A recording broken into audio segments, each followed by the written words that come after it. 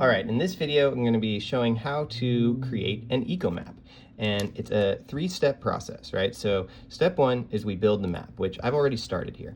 You start by drawing your name in the center, right? So we start with Michael, and then you start drawing circles, right? Of names, of people that come to mind, right? I sort of got a little bit of a family bubble here. I got some friends over here, right? This is some of my UCLA friends.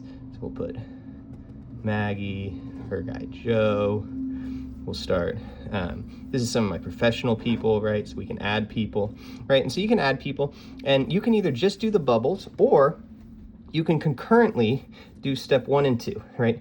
And step 1 is build the map. Step 2 is use the compass. So the compass I've built down here. You don't need to build a compass on your map. If you'd like, you can, but this is just to show. We start by drawing a strong, weak, or hostile connection to ourselves and each of these lines, right? So these are all people who I've started with, who I would say I have a pretty strong connection with everyone in my family, right? So we're gonna draw these lines here. This is my brother, my nephew, my niece, some of my best friends from UCLA. We're gonna draw lines all here, connecting all them. Feel very close to all these people. So these are all strong connections. But then we get into these. I put Tamale Lady and Fish Guy. These are a couple of people from the farmer's market. So for them, I'm actually gonna draw a weak connection, because they're definitely people in my life, but I would say I have a weaker connection with them. And then these are friends who I know through the A team, right? So you can continue to build, right? Maybe there's some people from UCLA. I'm actually about to get lunch with this guy. He's my UCLA college roommate, so we'll throw him with the UCLA connection. But I'm gonna say that's a weaker connection. I haven't seen him nearly as often as I see these other people, right? So you can do it one at a time, but by the end, right, you can have a lot of circles filled out. And this is the, you could even do something like this, where I would say farmer's market, just to start seeing all the various spaces, places, people that you're connected with. And while I maybe have a weak connection here, I actually would say I have a strong connection with the farmer's market. So you use the connection. There's no one really in my life right now that I would say I have a hostile connection with. So I don't have any examples there. But I do have some weaker connections and some stronger connections. So go through, build the map, use the compass, and then the last piece is here with the energy direction. Do you feel like you invest more energy into them than they do into you? Like, a small example here, but I would say I mostly put energy into my niece and nephew.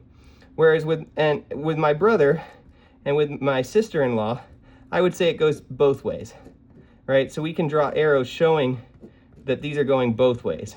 I give energy here, I give energy here, I get energy, right? These are pretty much all, for me, I would say pretty mutual connections.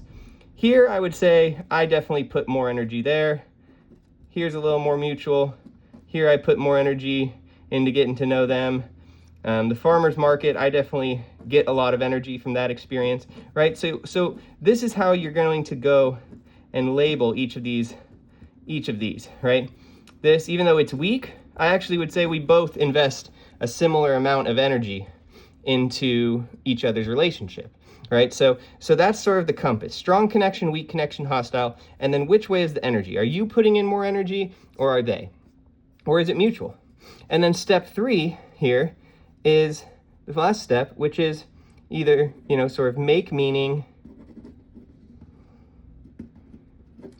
and take action. Right? So with this, right, say this is a weak connection. Maybe this is one that I want to highlight. I want to say with Andre, I'd like to make this a stronger connection. That's something I want to spend more time doing. Or maybe you see, okay, I'm putting energy here, but I actually don't really need to invest energy into this relationship. This is one where I could sort of slow down, right? Once you build your map, you use the compass, you can then have this visual ecosystem of the people in your life, the places that you're spending time and energy, right? What is the ecosystem that you are existing in, and where is your energy going and coming from? And then what adjustments do you want to make to this reality, to your life, to your ecosystem? that is what this eco map can allow you to do. I hope you really enjoy the practice. Again, I sort of just left some holds, but feel free to make a first pass and then revisit it. As you can see, I think that it's often nice to leave space because you can start really filling in the blanks here over time, right? But enjoy. I hope you enjoy this exercise, and I look forward to hearing how your experience goes.